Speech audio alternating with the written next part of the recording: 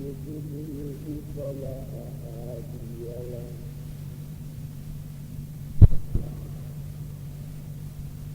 ونشهد أن لا إله إلا الله وحده لا شريك له ونشهد أن سيدنا ونبينا ومولانا محمدا عبده ورسوله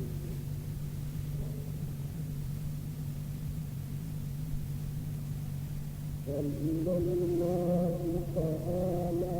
على خير خلقه محمد وآله وأصحابه أجمعين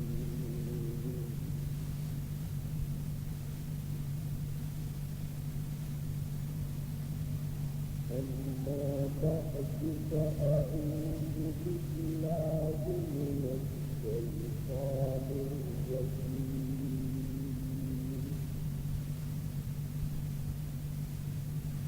بسم الله الرحمن الرحيم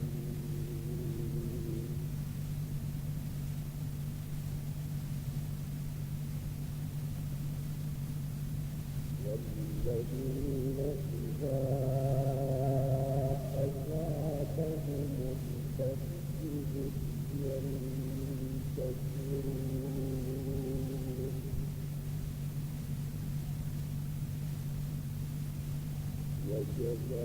وجزاء سيئة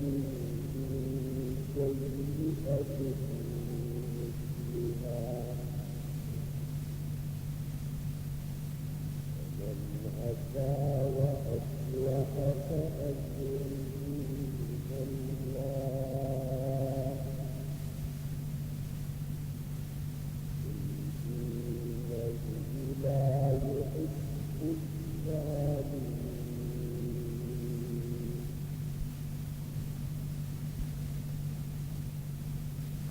ومن كفر بعد فأولئك ما عليهم من سبيل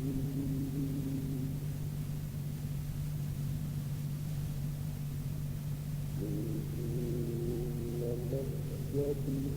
على الذين يظلمون الناس بغير الحق ويسعون في الأرض بغير الحق أولئك لهم عذاب أليم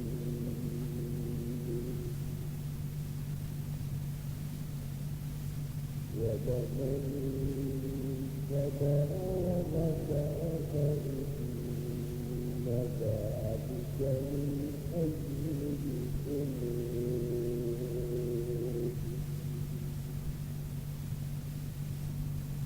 آمنت بالله صدق الله مولانا العظيم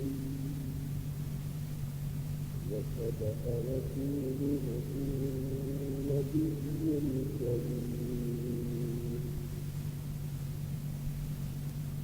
ونحن على ذلك من الشاهدين والشاكرين والحمد لله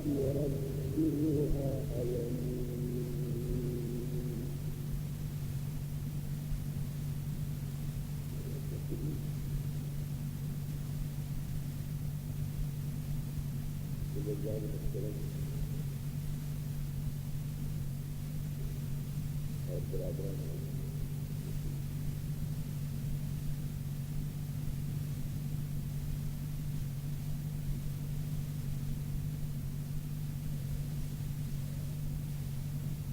تنزيل الأرض فقد تجاوزه مواد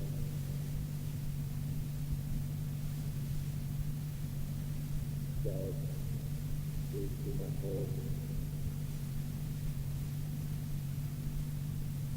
جو ان کی ذمہ داری ہے وہ مجھے پوری کیسی کریں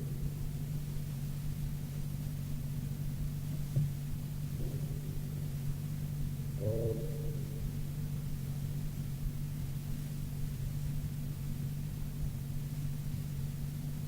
مجھے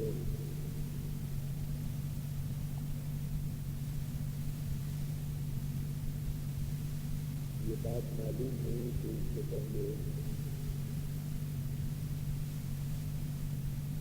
جنہوں نے کوئی مسلسل کوئی مضمون بیان کرا ہے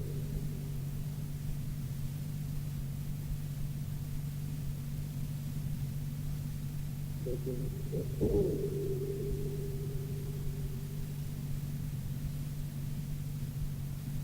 میں نے اس وقت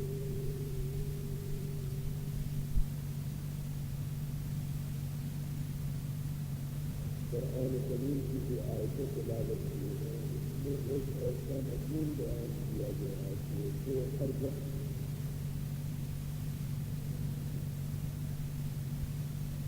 ہماری اور آپ کی ضرورت کا مضمون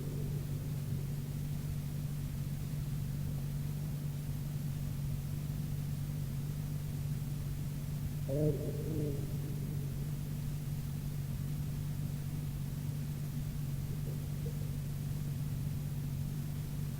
ایک عام آدمی کو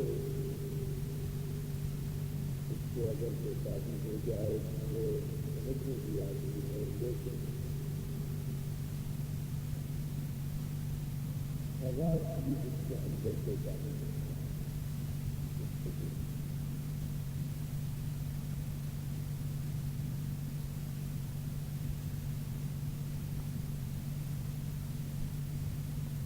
اور آج جب میں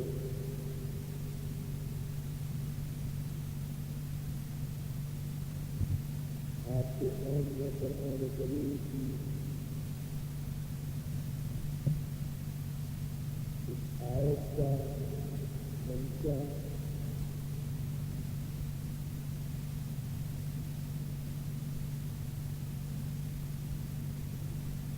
اور دراصل قرآن کریم کا حکم آپ کے سامنے پیش کروں گا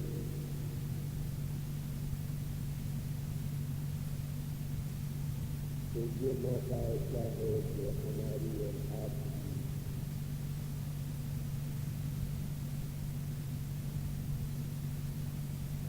اور ملک زندگی کو ایک نئے بات کا آغاز ہو رہا ہے ایک نئی حکومت بن رہی ہے آپ نے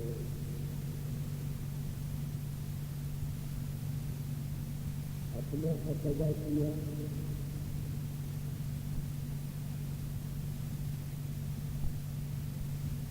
اور اس کے بعد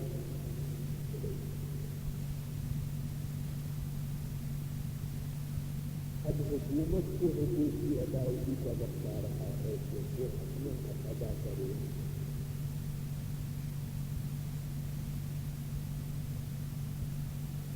اور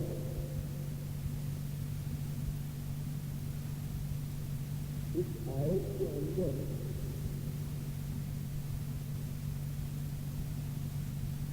دراصل بندے کے حقوق کی کوئی ذکر نہیں ہے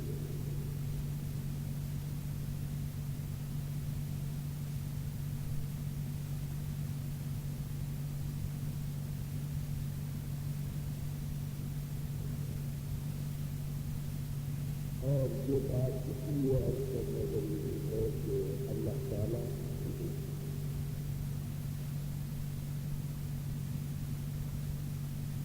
اپنے بندوں کے ساتھ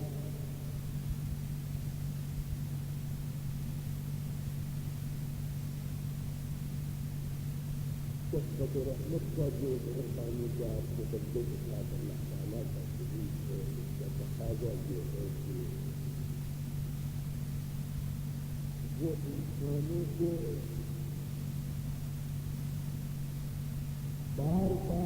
یاد دلائے کہ تمہاری کیا ذمہ داری، تمہارے کیا فرائض۔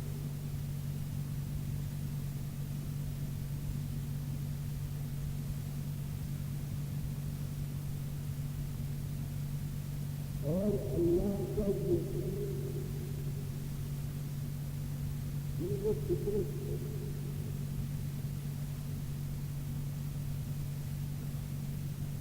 یہ فطرت کا کیا مطلب ہے کہ دین کا کوئی ہوتا اور کوئی پہلو ایسا نہیں ہے کہ جو انسان کی فطرت سے اور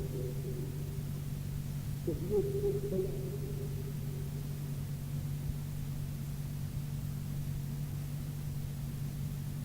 اسی لیے حدیث میں ارشاد فرمایا کہ کل مولود یولد علی فطرۃ الاسلام،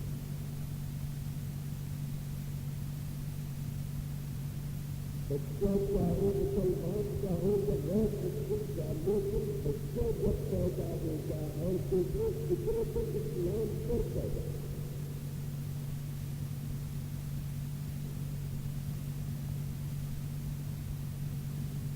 حدیث میں آتا ہے کہ وَأَبَوَاهُ يُهَوِّدَانِهِ أَوْ يُنَصِّرَانِهِ أَوْ يُمَجِّسَانِهِ أَوْ كَمَا قَالَ صلی اللہ علیہ وسلم۔ بچہ فطرت اسلام پر پیدا ہوتا ہے، لیکن پھر اس کے والدین اس کو یا یہودی بنا دیتے یا نصرانی بنا دیتے یا اس کو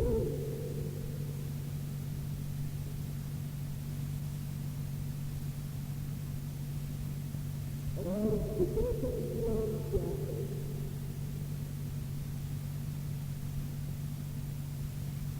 یعنی ایک بچہ جب پیدا ہو اور اگر اس کو زبان اس وقت مل جائے وہ بولنے کے قابل ہو، اور اس کو اگر تم آپ پیچھے سے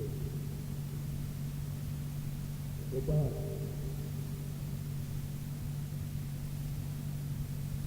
کون ہے اتنے میں کیونکہ فطرت اسلام سے پیدا ہوا اور اس کا جواب اس کو مختلف نہیں ہوگا کہ اللہ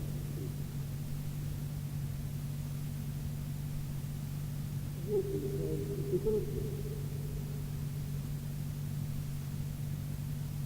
لیکن جیسے یہ بڑھتا ہے، جیسے اپنے گھر کے ماحول کو دیکھتا ہے، جیسے اس کی تربیت ہوتی ہے، جیسے اس کو سکھایا جائے گا اور پڑھایا جائے گا، پھر اس کے مطابق اپنے عقیدے کو اپنے ماں باپ کے عقیدے کو یہ تو مطلب یہ ہے کہ قرآن کریم اللہ کو اس دین کا کوئی حکم ایسا نہیں ہے کہ جو انسانی فطرت سے متفادل ہے یا انسانی فطرت سے تقاضے ہے۔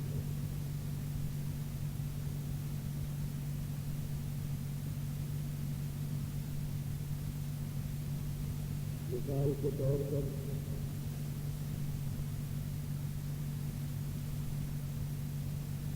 قرآن کریم میں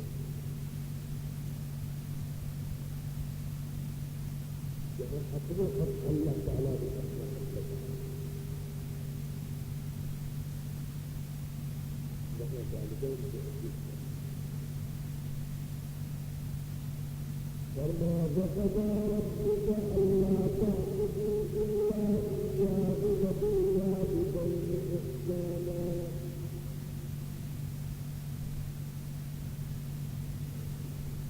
اللہ کے ساتھ شریک کسی کو مت ٹھہرانا اور اپنے والدین کے ساتھ اتنے سلوک کرنا، یہ دونوں ان کو برابر بنا کرتا ہے۔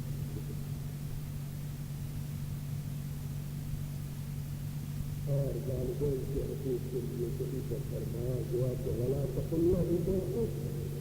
وَلَا تَنْهَرْهُمَا وَقُل لَّهُمَا قَوْلًا كَرِيمًا۔ اگر کبھی اپنے والدین کو تمہارے دل میں کوئی غبار آ جائے اور اگر تم رنجش محسوس کرو تو خبردار اتنا کرنا تم کو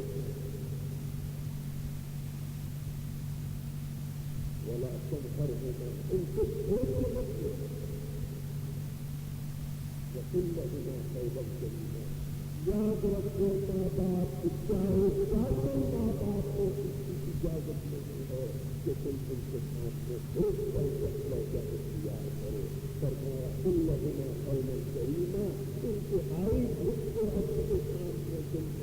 اس کو ان کے تاریخ کے ساتھ تم سے نہیں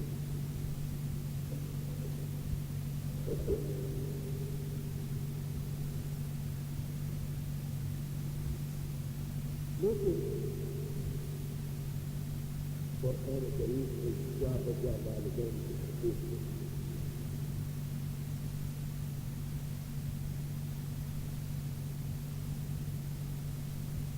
لیکن قرآن کریم میں ایسا کوئی حکم نہیں ملتا کہ ماں باپ سے یہ کہا گیا ہے کہ وہ اپنی اولاد کو پیار محبت دیتا ہے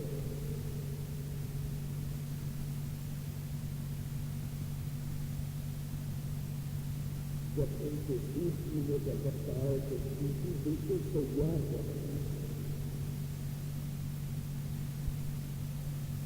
جب بچوں کو کھانے کا وقت آئے تو ان کے لیے روٹی چاول تیار کرنا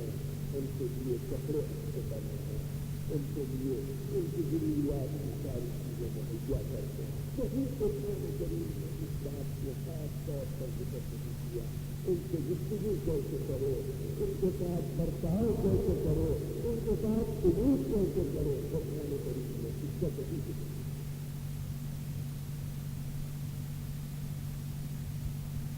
کیا مطلب ہے کہ کچھ اولاد کے حقوق والدین کے ذمے نہیں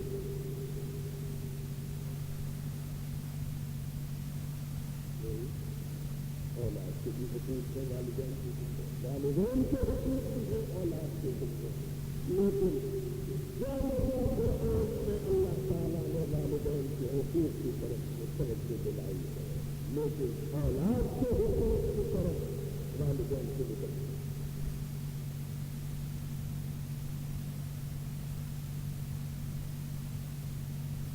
انہوں نے لکھا ہے کہ حضرت یہ ہے اللہ کا دین فکر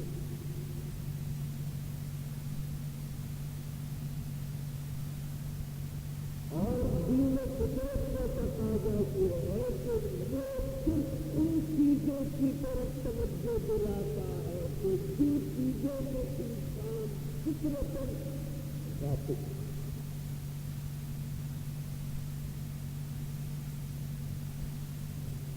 لیکن جہاں غفلت کا کوئی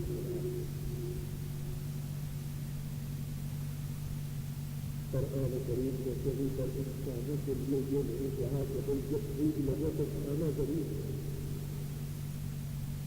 جب پیاس لگے تو پانی پینا کیوں فطرت انسانی یہ ہے کہ اس کو توجہ دلانے کی ضرورت نہیں ہے جب بھوک لگے تو انسان خود بخود جب پیاس لگے تو خود بخود پائے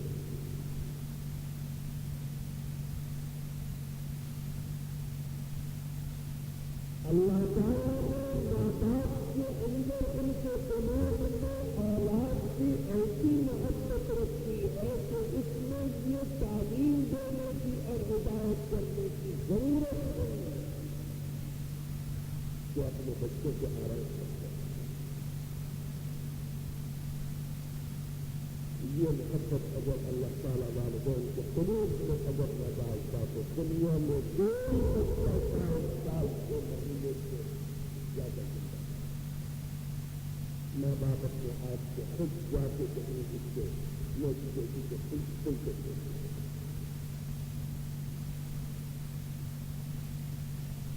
لیکن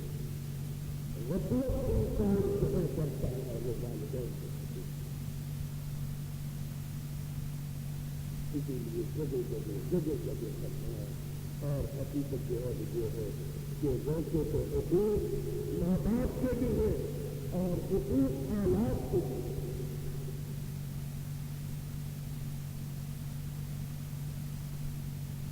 لیکن اگر دیکھا جائے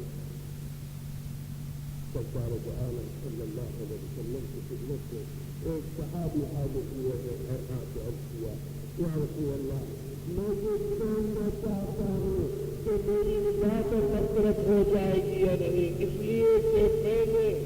اتنی خدمت اپنی بوڑھی ماں کی ہے کہ اب میں یہ سمجھتا ہوں کہ میں نے اس کا حق ادا کر دیا ہے، اور جو اس نے میری خدمت کی ہوگی اس سے زیادہ میں نے کی۔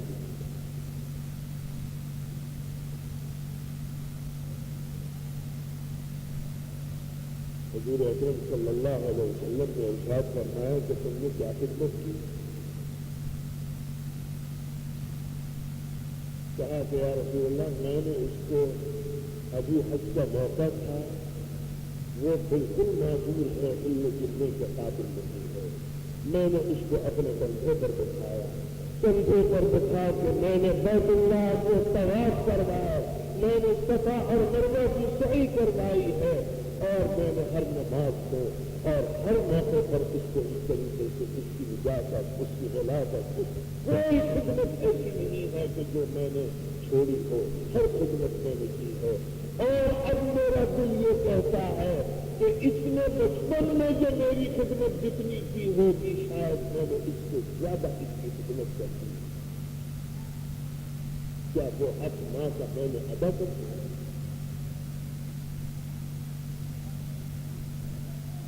سرکار دو عالم صلی اللہ علیہ وسلم نے ارشاد فرمایا ہے جو کچھ تم نے اپنی ماں کی خدمت کی ہے، لیکن یاد رکھ کے اپنی ماں کی خدمت کا حق ادا نہیں ہے۔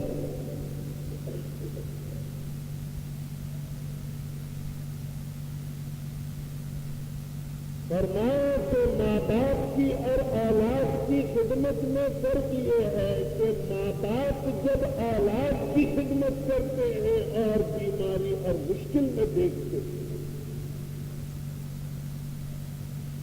تو خدمت کرتے جاتے ہیں، اور زبان سے ان کے یہ دعا ہوتی ہے کہ اے اللہ ہماری زندگی اس کو دے دے، اس کو تندرستی اور صحت دے دے، موت ہمیں۔ لیکن فرمایا اولاد جب ماں باپ کی خدمت کرتے کرتے ایک مرحلہ ایسا آتا ہے کہ پھر خدمت تو ضرور کرتے ہیں، لیکن ہر وقت دماغ میں یہ بات ہوتی ہے کہ جب یہ ان سے ہماری جان چھوٹے اور یہ اللہ کو پیارے ہو تاکہ ہمیں نجات مل جائے۔ فرمایا تمہاری اور اس کی خدمت میں فرق یہ ہے کہ جب وہ خدمت تمہاری کرتے تھے تو تمہاری دراز عمر کی دعا کرتے تھے، اور جب تم ان کی خدمت کرتے ہو تو تم دنیا سے اٹھنے کی طرف، اور میں حق ادا نہیں ہوں۔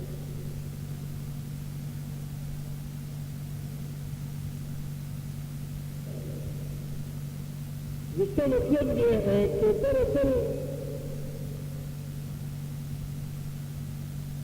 فطرت یہ ہے کہ انسان کو اولاد کے حقوق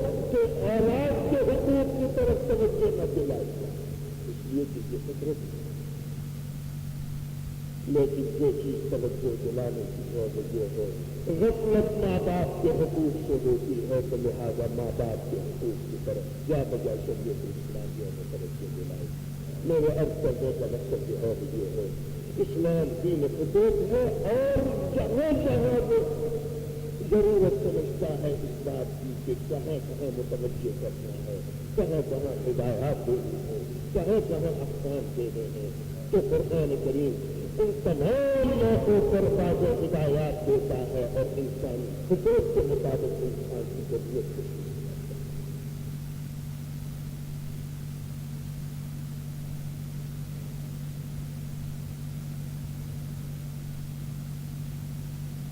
حقوق کے سلسلے میں نے عرض کیا کہ حق ایک دوسرے کے سب کے ضد ہے۔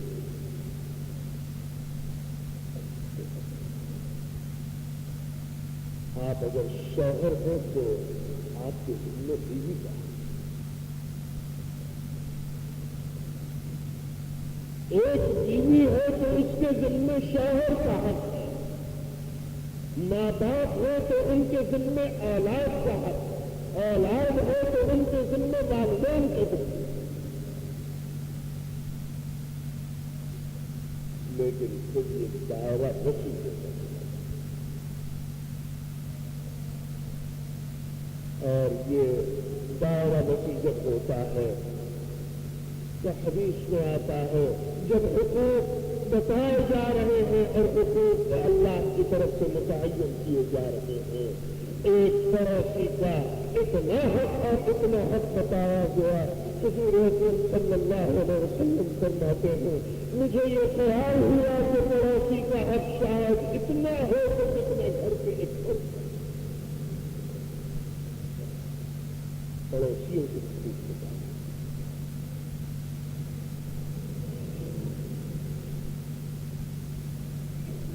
محلے والوں کے حقوق، شہر والوں کے حقوق، اور اسی طریقے سے آپ جب اور پھیلا لو اس کو تو پھر ملک میں آپ کا حق کیا ہے، حکومت کا حق کیا ہے، یہ سارے حقوق جو ہیں متعین ہیں اور ان سے انحراف کرنے سے ہی اصل میں ہمارے اور آپ کے درمیان یہ ساری صورتحال ہے کہ جس کا رونا اکثر و بیشتر ہم روتے رہتے ہیں، جس کا مطلب یہ ہے اپنے اپنے حقوق کی ادائیگی اگر ہر آدمی کرے تو پھر حق تلفی کا جو سلسلہ ہے وہ ختم ہو جائے۔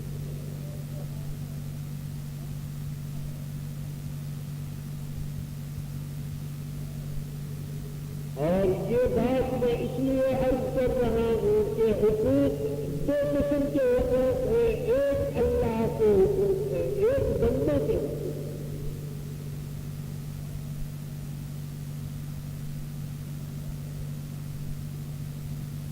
اور اللہ کے حقوق ہم نے اور آپ نے اصل میں یہ زمانہ جو ہے یہ نچوڑ نکالنے کا زمانہ۔ آپ اگر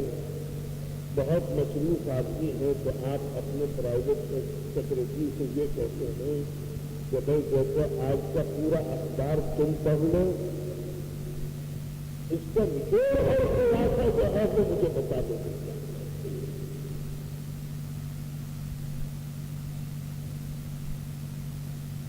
آپ اگر دین حاصل کرنے کے لیے کسی عالم کے پاس جائیں اور وہ یہ کہے کہ بھائی آپ کو پڑھنے کے لیے تو 7 سال اور 8 سال کا کورس ہے،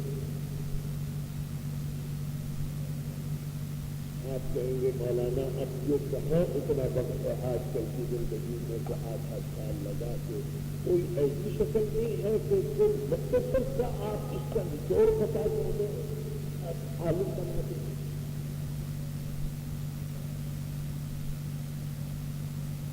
ہر چیز کے اندر آدمی کا مزاج کسی ہے۔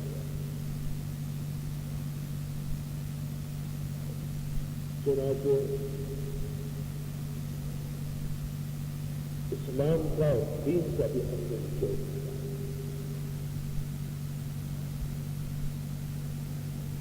اور دین کا نچوڑ ہم نے یہ نکالا کہ ایک نماز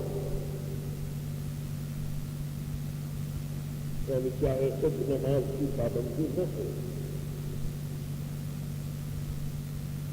لیکن ذہن یہ ہے کہ دیندار آدمی کو ہے کہ جو نماز کی پابندی ہو،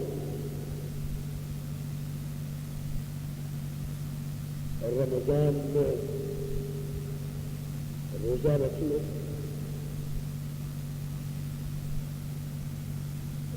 اور اگر توفیق ہو تو حج کی شہادت حاصل کر لو۔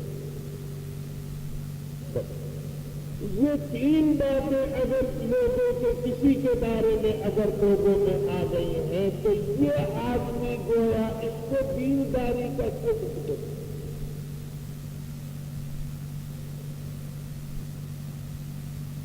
لیکن میرے دوستو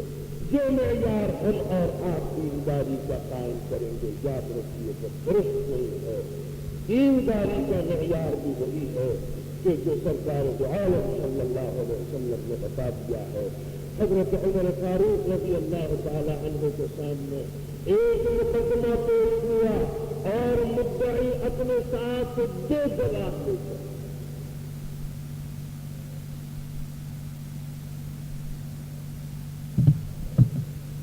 حضرت عمر فاروق رضی اللہ تعالیٰ عنہ نے فرمایا کہ یہ ایک گواہ جو ہے اس کے بارے میں تو میں جانتا ہوں کہ یہ عادل گواہ ہے،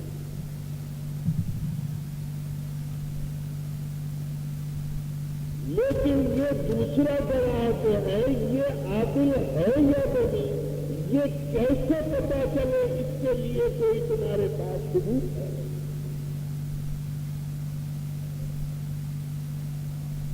ایک شخص نے کھڑے ہو کے کہا کہ اے امیر المؤمنین، میں گواہی دیتا ہوں کہ یہ آدمی جو ہے یہ عادل ہے۔ حضرت عمر فاروق رضی اللہ تعالی عنہ نے سوال فرمایا تجھے کیسے علم ہوا کہ یہ آدمی عادل ہے؟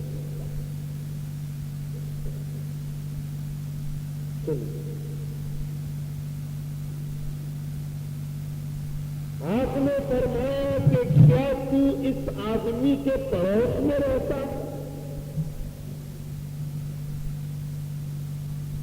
اس شخص نے کہا کہ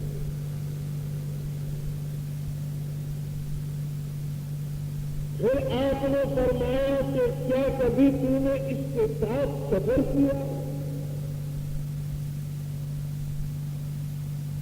اس آدمی نے کہا کہ پھر حضرت عمر فاروق رضی اللہ تعالی عنہ نے سوال فرمایا کہ کیا کوئی لین دین اور معاملہ تو نے اس کے ساتھ کیا ہے؟ اس نے جواب دیا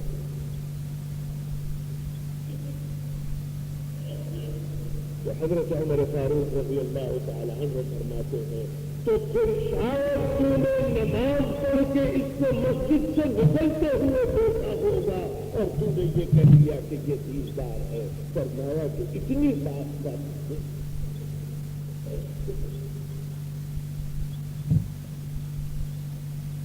جس کا مطلب یہ ہے دینداری کا معیار حضرت عمر فاروق رضی اللہ تعالی عنہ جو بیان کرنا رہے ہیں وہ یہ ہے کہ جب تک معاملات میں کوئی آدمی کھڑا نہ ہو، حقوق کی ادائیگی جو اللہ کے اور بندوں کی اگر نہ کرتا ہو، اس آدمی کو عادل کہنا، اس آدمی کو دیندار سمجھنا۔ معیار یہ ہے کہ اللہ تعالیٰ کے اور بندوں کے حقوق اور کتنا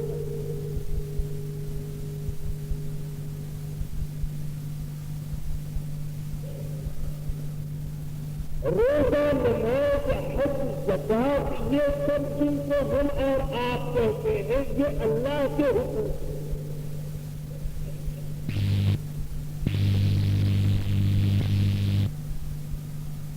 لیکن فقہاء نے اللہ تعالیٰ ان کی قدروں کو نور سے پر فرمائے کہ جنہوں نے ایک ایک مسئلے کو حل کیا ہے، انہوں نے فرمایا کہ آج ہم اور آپ جو فقہ اس کو کہتے ہیں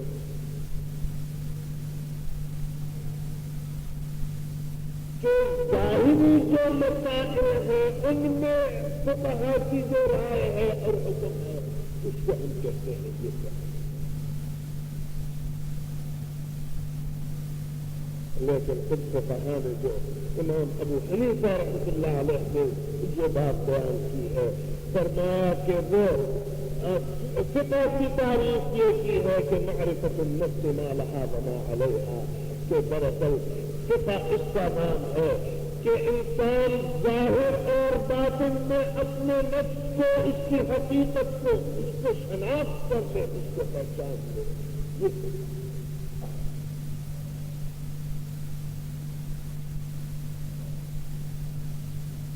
فقہاء فرماتے ہیں کہ بندے کے حقوق اللہ کے حقوق پر مقدم ہے۔ کیا مطلب؟ یعنی ایک طرف اللہ کے حقوق ہیں، ایک طرف بندے کے حقوق ہیں، تو فقہاء نے لکھا ہے کہ بندے کا حق پہلے ہے۔ اور مولانا خانوی رحمۃ اللہ علیہ نے بڑی عجیب بات فرمایا کہ اصل میں ایک بات اگر عربی کی عبارت میں ہو اس پر کسی کو اعتراض ہے، اور فرمایا کہ بھائی میں نے بھائی کی گوگل کے اندر جو مسائل لکھتے ہیں یا اور کسی طریقے سے، تو جہاں کسی عربی عبارت کا ترجمہ کیا ہے تو وہاں اصل عبارت میں کسی کو کوئی اعتراض نہیں ہے، ترجمے تو سب کو پتا ہے۔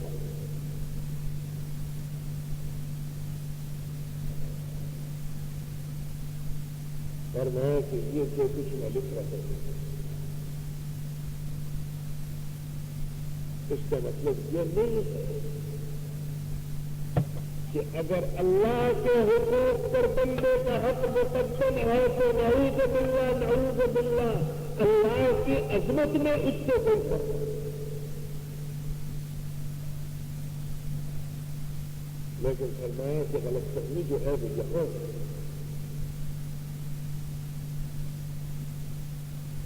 کہ حقوق کا تعین ہم اور آپ جب کرتے ہیں تو وہ عظمت سامنے رکھ کے، مثال کے طور پہ جو شخص جو ہے صاحب عظمت ہے اس کا حق ادا کرنا آپ ضروری سمجھتے ہیں، لیکن جو صاحب عظمت نہیں ہے، حضرت مولانا خانوی رحمۃ اللہ علیہ نے لکھا کہ میں ایک دفعہ دیوبند گیا اور میں نے وہاں پر طلبا سے میں نے کہا کہ بھائی آپ لوگ اپنے اساتذہ کا احترام نہیں کرتے،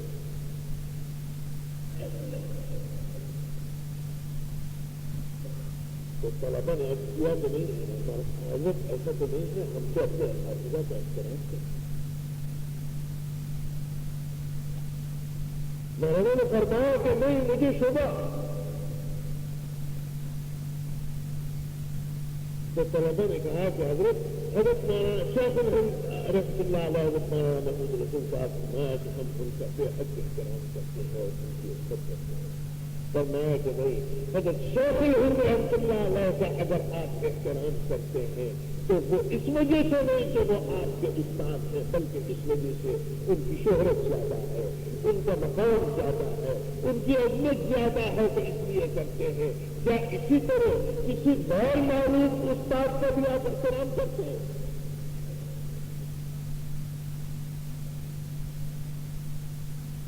معلوم یہ ہوا کہ ہم نے حقوق جو متعین کیے وہ لوگوں کی عظمت اپنے ذہن میں رکھ کے کیے ہیں، جس کی عظمت زیادہ اس کے حقوق، اور یہ تصور غلط ہے۔ حقوق کا تعین کبھی عظمت کی وجہ سے ہوتا ہے اور حقوق کا تعین کبھی ضرورت کی اور احتیاج کی وجہ سے ہوتا ہے کہ کون کتنا محتاج ہے۔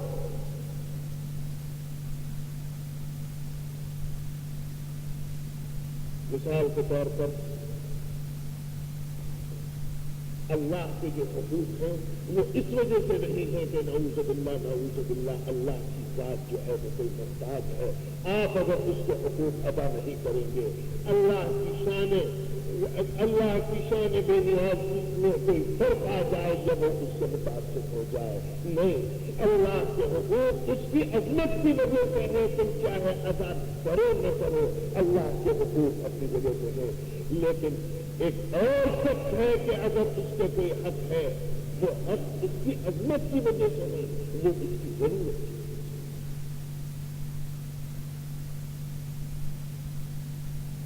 بلکہ علماء نے بڑی عجیب بات ہے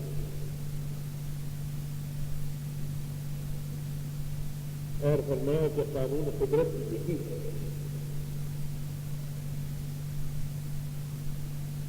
آپ اگر اس قانون قدرت سے انحراف کریں گے، اگر آپ اس سے ہٹیں گے تو پھر آپ نقصان۔ شاہ عبد الرحیم صاحب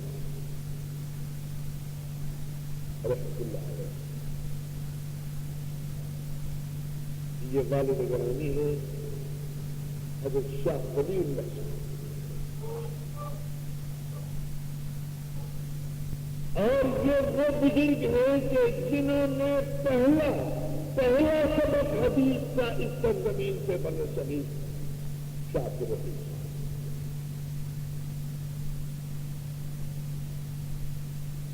ان کا واقعہ لکھا ہے کہ یہ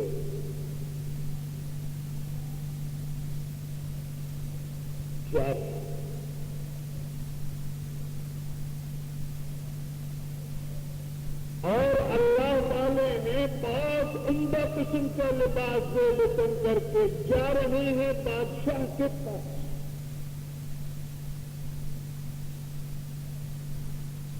لوگوں نے دیکھا کہ شاہ صاحب یہ تو بڑے اللہ والے ہیں، لیکن یہ اتنی چمک دمک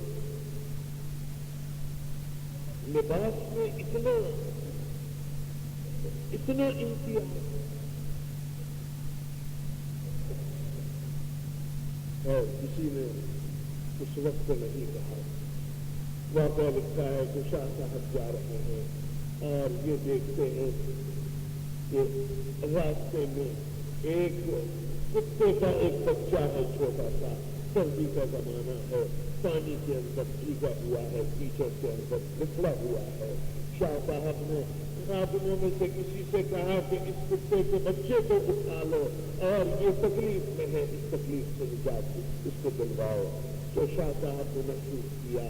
کہ میرے ساتھ جو خدام ہیں وہ اس میں عار اور شرم محسوس کرتے ہیں کہ وہ اس بچے کو اٹھا کے اس کو دھو اور اس کو صاف کریں. جب شاہ صاحب نے یہ محسوس کیا، فرمایا اچھا تو خود آگے بڑھے، اپنی اسی اعلیٰ پوشاک کے ساتھ آپ نے نیچے بیٹھ کے آپ نے اس کو اٹھا لیا اور اس کو آپ لے کے آئے. ایک جگہ صاف پانی سے اس کو دھویا، گرم پانی سے، اور اس کے بعد اس کو محلے والے جس علاقے سے گزر رہے تھے فرمایا کہ اگر تم آئندہ اس بچے کی حفاظت کر سکو اور اس کی اگر پرورش کر سکو تو یہاں چھوڑ کے جانا ہو، ورنہ تو میں اس کو اپنے ساتھ لوں. لوگوں کو بہت تعجب ہوا کہ اتنے بڑے مرتبے جا رہے ہیں اور ایسی لباس ایسے پوشاک کو وطن کیے ہوئے تھے، لیکن اس کے باوجود ایسے قوم میں ذرا کبھی انتہار اور شرم.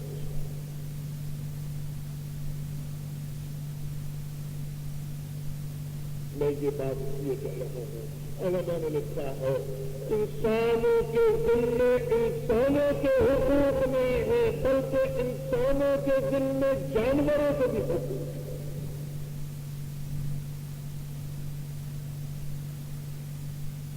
آپ یورپ میں جائیے، میں ابھی ذکر کر رہا تھا والدین کے حقوق اور اولاد کے حقوق کے سلسلے میں. آپ یورپ میں جائیے تو آپ کو وہاں پر یہ ملے گا، ایسی واقعات آپ کو ملیں گے. ایک صاحب نے ہمیں بیان کیا کہ جناب ہم اپنے 4 سال کے بچے کو چھوڑ کے اپنے گھر میں تالا لگا کے میاں بیوی ہم چلے گئے. ایک آدھے گھنٹے کا کام تھا، وہ بچہ کہیں اٹھ گیا، وہ رویا اور پڑوس سے سنا کہ بچہ رو رہا ہے اور کوئی اس کو چپ کرنے والا نہیں ہے. تو پڑوسیوں نے پولیس کو ٹیلی فون کیا، پولیس والے آئے، دروازہ توڑا اور توڑ کے گھر میں دیکھا کہ کوئی نہیں ہے، اکیلا بچہ ہے، اٹھا کے لے گئے. پھر یہ ماں باپ جب آئے انہوں نے جا کے پولیس سے پوچھا کہ بھائی، انہوں نے کہا کہ اب یہ بچہ آپ کو نہیں ملے گا، اس لیے کہ آپ اتنے لاپرواہ ہیں کہ آپ بچے کو چھوڑ کے چلے گئے، آپ کو سزا.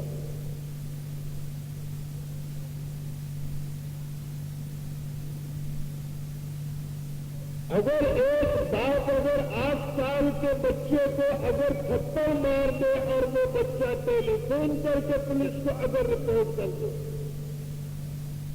تو پولیس باپ کو ہتھکڑی لگا دے گی.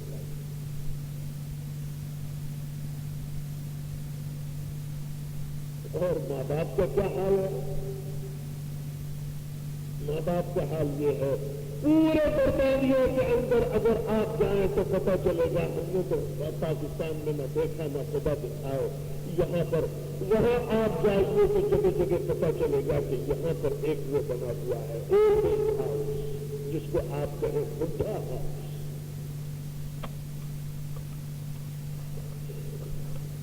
اور بتلائیں گے کہ اللہ تعالیٰ اس مقصد کو جس میں ابھی تک یقیناً ہم ناکام ہیں کہ جس مقصد کے لیے